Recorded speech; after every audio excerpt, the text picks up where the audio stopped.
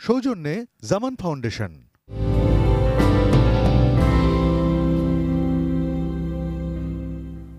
প্রিয় সুধী, আসসালামু আলাইকুম।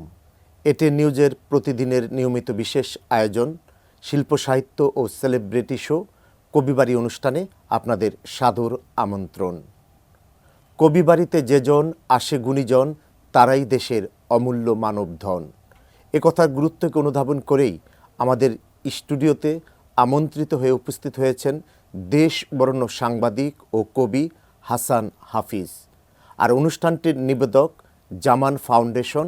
আর অনুষ্ঠানটি উপস্থাপনা করছি আমি আসাদ কাজল। প্রিয় দর্শক, চলুন অতিথির সঙ্গে মূল আলোচনায় ফিরে যাই। হাসান ভাই, আসসালামু আলাইকুম। ওয়ালাইকুম আসসালাম। কেমন আছেন? ভালো আছি, ধন্যবাদ। আপনি ভালো আছেন? জি হাসান ভাই, আপনার প্রতি প্রথমেই আমার যে প্রশ্ন থাকছে, বাংলাদেশে সাংবাদিকতার সুস্থ পরিবেশ বজায় আছে কি? সামগ্রিক অর্থে যদি বলি তাহলে এটা এখনো আমরা রেস্টোর করতে পারি নাই, মানে পুনরুদ্ধার করতে পারি নাই। কারণ দীর্ঘ একটা রাজনৈতিক কথাই বলতে হয়, যদিও এটা সাহিত্যের অনুষ্ঠান।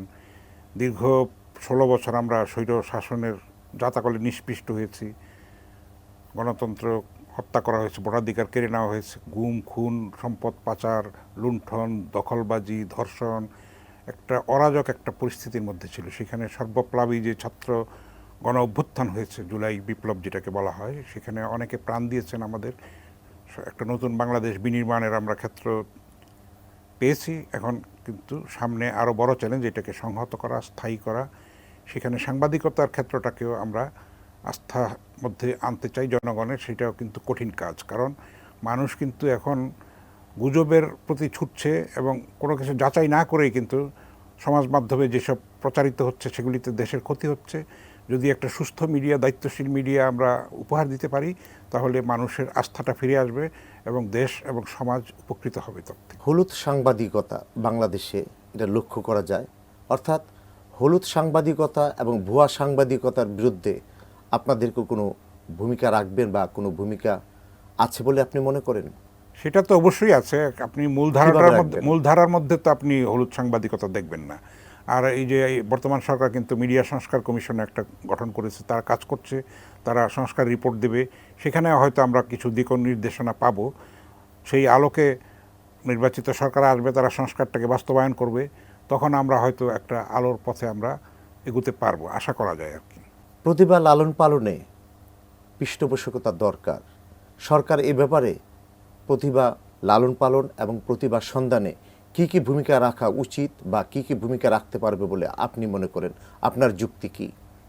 না, সরকার তো সেটা রাষ্ট্রীয়ভাবে তো পুরস্কৃত করছে, পৃষ্ঠপোষকতা দিচ্ছে, কিন্তু এইটা আরও করা দরকার লেখকদের জন্যে, সাংবাদিকদের জন্য। সাংবাদিকদের কল্যাণ ট্রাস্ট আছে, লেখকদের জন্য কিন্তু কোনো কল্যাণ ট্রাস্ট এখনও আমরা গঠিত হতে দেখি নাই।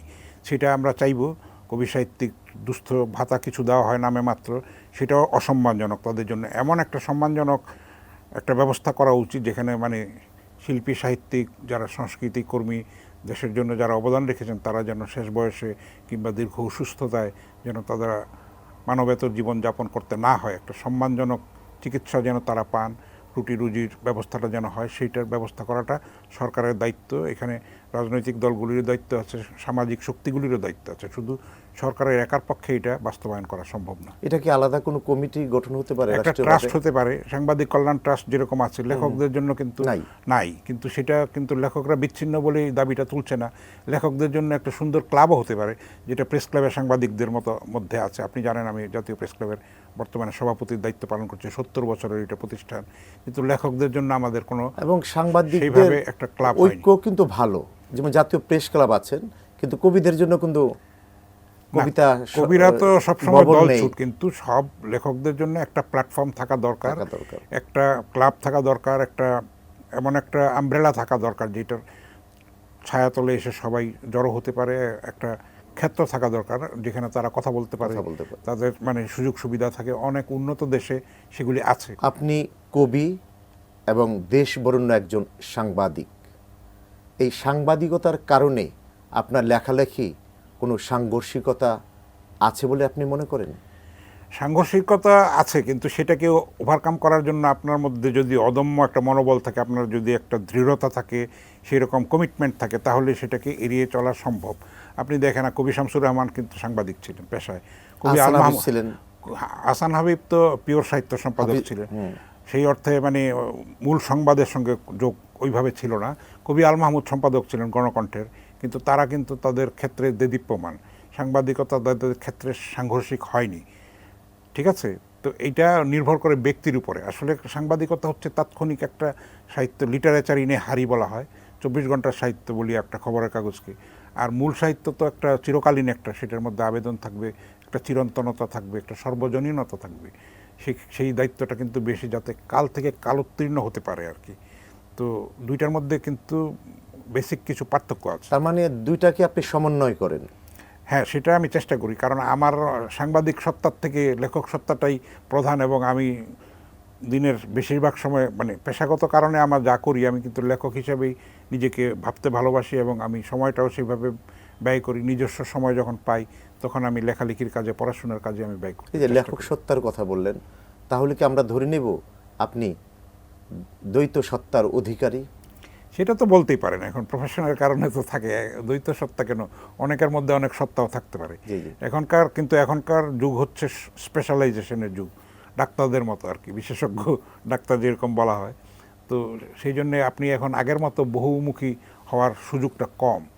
ফলে পেশা হিসেবে সাংবাদিকতা নিয়েছি আমি, কিন্তু লেখালেখি হচ্ছে আমার মূল জায়গা, আসলে আমার ভালোবাসার জায়গা, মৌলিক সত্তা। হ্যাঁ, এবং আমার অঙ্গীকারের জায়গা, আমার স্বপ্নের জায়গা। হাসান ভাই, এবার আপনার ব্যক্তিগত প্রসঙ্গে যাব। দোষ গুণ নিয়ে মানুষ, আপনার একটি দোষ বলতে হবে এবং আপনার একটি গুণ বলতে হবে, কি বলবেন? আমার দোষটাই আগে বলি, আমি একটু অগোছালো স্বভাবের আর কি। তো যাই হোক, সেটা নানান কারণে হয়ে ওঠে না, এক একজনের এক এক রকম ধাত থাকে না। আর গুণের কথা যদি বলেন, আমি মানুষকে ক্ষমা করতে ভালোবাসি, আমি নিজে আহত হয়ে অন্যকে চেষ্টা করি ভালোবাসতে। এই যে কবি জসিমউদ্দিনের একটা কবিতা আছে বিখ্যাত, আমার এই ঘর ভাঙিয়াছে যে বা আমি বাঁধি তার ঘর, আপন করিতে কাঁদিয়া বেড়াই যে মোরে করেছে পর। প্রত্যেক মানুষেরই একটা ব্যক্তিগত জীবন থাকে, যা আমি ছাড়া আর কেউ জানে না বা কাউকে আমি বলিও না। আমি যদি এবার আপনাকে প্রশ্ন করি, এবার জানতে চাই আপনার ব্যক্তিগত জীবন, অর্থাৎ আপনার গোপন কথা, হতে পারে পুরনো কোনো প্রেমের স্মৃতি বা যে কোনো একটি বিষয়, কি বলবেন আমাদের? না, এখন প্রত্যেক মানুষ তো নিজের ভিতরে একা, প্রত্যেকটা মানুষই কিন্তু বেসিক্যালি একা। যতই মানে সংসার পরিজন থাকুক, সন্তান থাকুক, স্ত্রী থাকুক, ভালোবাসার মানুষ থাকুক, কিন্তু বেসিক্যালি মানুষ একা, নিজের সঙ্গে নিজের বোঝাপড়া। আমার একটা কবিতার বই আছে, নিজেকেই এখনও চিনি না। চিনি না। হ্যাঁ, আসলে এই চিনতে চিনতে কিন্তু আমাদের একটা জীবন পার হয়ে যায়। ফলে আপনি দেখবেন যে মানুষ নিজেকে যখন প্রশ্ন করে, অনেক ভুলভ্রান্তি নিজের মূল্যায়ন করে, তারপরে কি কাজটা করা উচিত ছিল, কোনটা করা হয়নি, এগুলি নিয়ে নিজের পর্যালোচনা করে, মূল্যায়ন করে, তখন কিন্তু সেটা নিজের কাছে নিজে নগ্ন হয়ে দেখা দেয়। সেটা কিন্তু একটা ভয়ঙ্কর ব্যাপার আসলে। নিজের কাছে নিজে, যার বিবেক আছে আর কি, যার নাই তার কথা আলাদা।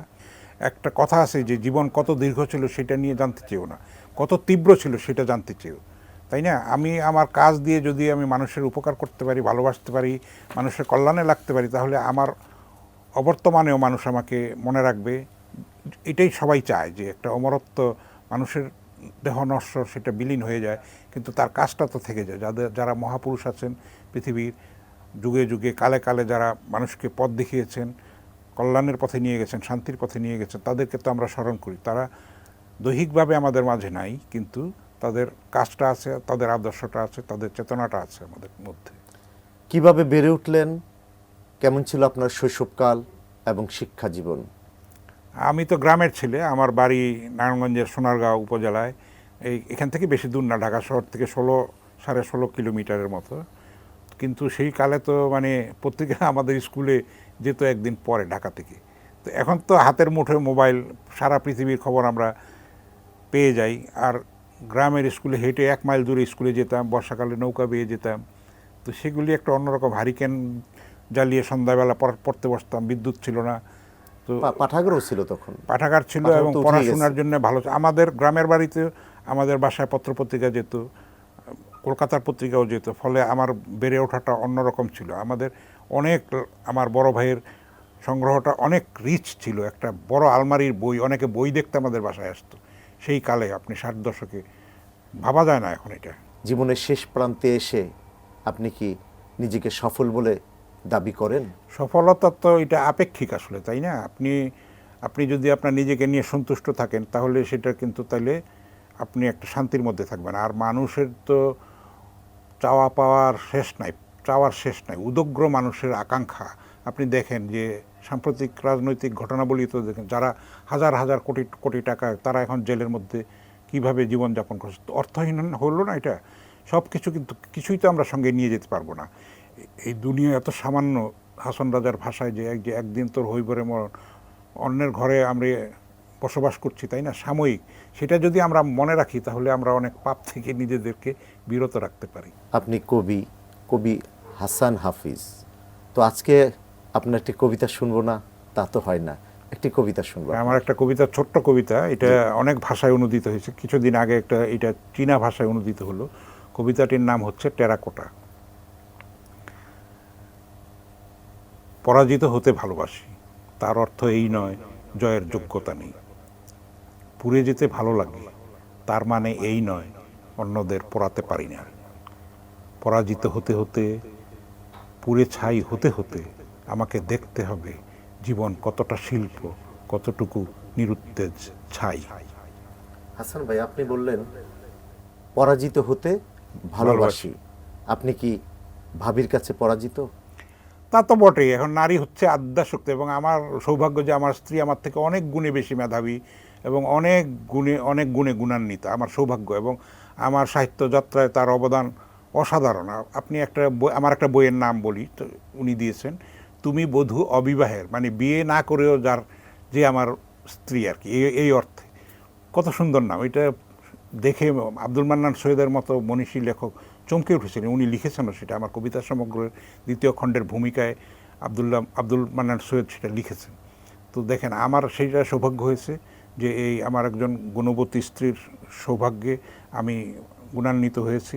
এখানে যদি ভাবি থাকতেন তাহলে আমিও প্রশ্ন করতাম, আপনি কি কবি হাসান হাফিজের কাছে পরাজিত? ভাবি আসলে কি বলতেন সেটাই আপনার মুখ দিয়ে শুনবো। সেটা আমি কেমন করে বলবো, এটা আপনার তবু ভাবিকে আপনার মুখ জিজ্ঞেস দিয়ে একটু করেন। শুনতে চাই, আপনার অভিজ্ঞতা থেকে ভাবি আসলে কি বলতে পারে। না, আমিও চেষ্টা করি তাকে সাধ্যমতো সহায়তা করতে, এবং আমি এটা অকুণ্ঠভাবে স্বীকার করি। আমার স্ত্রী ঢাকা রেসিডেন্সিয়াল মডেল কলেজের অ্যাসিস্ট্যান্ট প্রফেসর ছিলেন। উনি বহু আগে চাকরি ছেড়ে দিয়েছেন, চাকরির বয়স থাকা সত্ত্বেও। তো আমি একবার যখন তার কলেজে আমি যাই, তো অনেক তার কলিগ, 70 জনের মতো, এর মধ্যে পুরুষই সিংহভাগ, আপনি বুঝতেই পারছেন, 70 জনের মতো। আমি গিয়ে সেখানে আমি বলেছি, আমি হচ্ছে মিস্টার শাহীন আক্তার। আমরা তো সবাই সব বলি মিসেস অমুক। এটা শুনে অনেকে চমকে উঠেছে, অনেকের পছন্দ হয় নাই, পুরুষতান্ত্রিক সমাজ তো। তা আমি এটা বলেছি যে আমি হচ্ছি মিস্টার শাহীন আক্তার, কারণ আমার স্ত্রীর পরিচয় আমি ওইখানে পরিচিত। এটা ফ্যাক্ট, এখনও অনেকে বেঁচে আছে, এটা আমি কোনো গল্প বলছি না। তো সুতরাং আপনি বুঝতেই পারছেন যে তার প্রতিভার স্বীকার করতে তো আমার কোনো কুণ্ঠা নাই, আমি বরং গর্বিত, আনন্দিত। বাহ হাসান ভাই, সময় স্বল্পতায় আমাদের আলোচনার ইতি টানতে হবে। আমাদের কবিবাড়ি অনুষ্ঠানে উপস্থিত হওয়ার জন্য আপনার প্রতি কৃতজ্ঞতা জানাচ্ছি। ধন্যবাদ আপনাকে। এটিএন নিউজের দর্শক শ্রোতা সবাইকে অভিনন্দন, শুভেচ্ছা, ফাল্গুনী শুভেচ্ছা। প্রিয় দর্শক, এতক্ষণ কথা বলছিলাম দেশ বরেণ্য সাংবাদিক ও কবি হাসান হাফিজের সঙ্গে। আগামী অনুষ্ঠান দেখার আমন্ত্রণ জানিয়ে আমি আসাদ কাজল আপনাদের কাছ থেকে বিদায় নিচ্ছি। আল্লাহ হাফেজ।